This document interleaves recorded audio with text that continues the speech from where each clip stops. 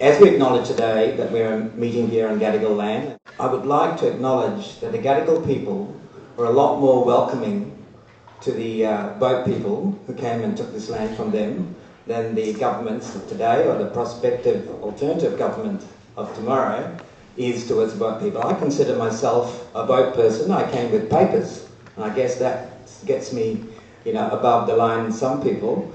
My family were also economic migrants, you could call them, and today apparently that's a dirty word. But I committed, and my family and my brothers and my parents committed ourselves to making this place that we now live in, our home, and a better place not just for ourselves, but for the rest of the community. Refugee applications should be, as in the past, be processed while people are in community. I think it's only fair, and I think Australia really has to own up to its obligations under the Refugee Convention. You've got to realise that we're taking a very, very small proportion of the global problem. The biggest brunt of it is carried by poor countries. And it's just really obscene for us to carry on this way. The name defence is totally inappropriate. It's spent on offence. Most of that money is going on offensive weapons, expensive offensive weapons. Most of the wars we participate are not defending Australia, they're attacking other countries, occupying them. I think we can afford to cut it. If we had a truly defence policy, it would be a totally different beast and it would cost a lot less money.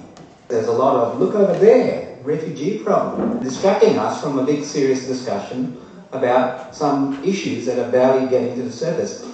The Australian Institute calculated that $169 billion in tax breaks have been given since the Howard government, since 2005. And they have overwhelmingly benefited the richest 10%. They took more than half the benefit of that tax. Let's take some of that back for a start. There's they calculated $4.5 billion in subsidies going to the mining companies every year. $10 billion in subsidies going to the fossil fuel industries every year. I haven't started in the car industry. There is a lot of money flying up and down. It's going to hurt if you say tax. People, oh, you can't even say tax. And maybe some of the people in this room might be in the top 10% and they might get hurt. Well, I'm saying, sorry, you should. You should be prepared to pay your tax. We've gone through 3.5 decades of incentivizing the rich. And I haven't seen a hell lot of trickle down. I've seen the rich get richer and the poor get poorer. I've seen infrastructure being neglected. Everything's run down. And everyone's saying there's no more money. It's been bloody stolen. I think the right to organise in the workplace is a very core democratic value.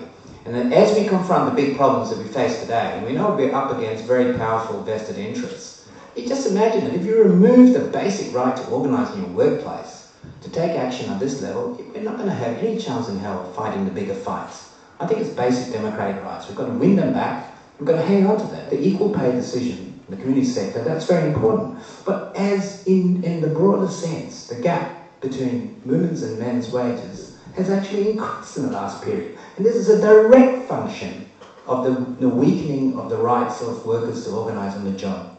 The Climate Commissioner released a report that said what we have to do in Australia is urgently begin the phasing out of coal.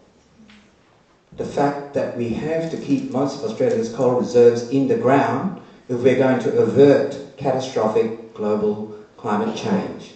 There was deathly silence from the government and there was scoffing from the opposition.